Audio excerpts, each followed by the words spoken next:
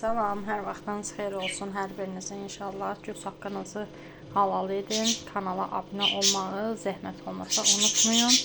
Mərci supu bişirmişəm bugün. Həmişə duru formada eləyirdim. İndi qatı bişirmişəm. Dedim çəkim paylaşım sizlərlə. Əvvəllər mən fərqli bişirirdim. Sırf türklərin üsulundan. İndi o üsulundan bişirmirəm.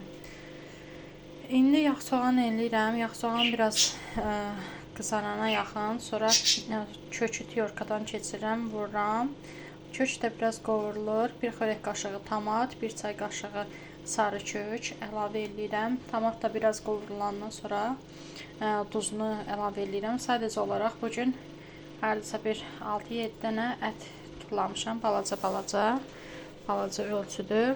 Yəni böyük ölçü deyil. Fərqlilik olsun deyə.